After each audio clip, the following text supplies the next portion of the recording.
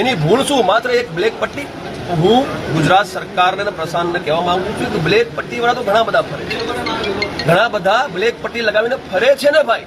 સરકારી કર્મચારીઓ ફરે છે, પોલીસ પ્રશાસનના અધિકારીઓ ફરે છે, પોલીસ પ્રશાસનના કર્મચારીઓ ફરે છે, પોલિટિકલ લોકો પણ ફરે છે. તો પછી આ એક ફોજી સાથે આટલું દુર્વ્યવહાર શા માટે?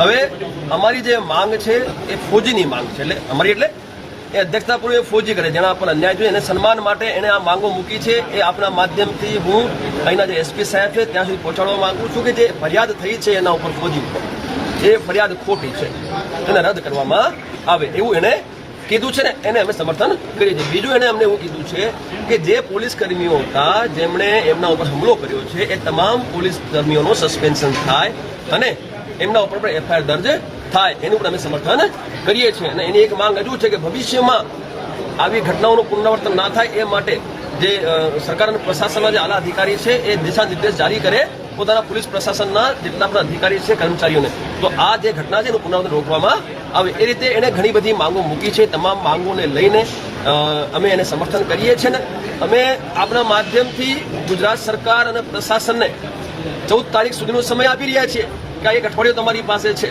આ અઠવાડિયામાં તમારે આ તમામ માંગો ઉપર કાર્યવાહી કરવાની રહેશે અને જો ન્યાય નહીં આપો તો પછી ન્યાય લેતા અમને આવડે છે, પહેલા લીધા છે, અત્યારે પણ લઈ શકીએ છીએ, આગળ પણ લઈશું.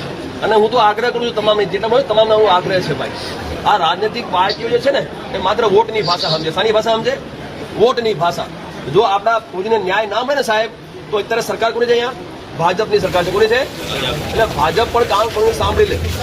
જો આને ન્યાય નહીં મળે તો આવનારા જે ચુનાવો છે એમાં અમે ભાજપાનો બહિષ્કાર કરીશું, વોટ નહીં આપીએ. તૈયાર છો બધા? તૈયાર છો? સાંભળી લેજો. એટલે તમે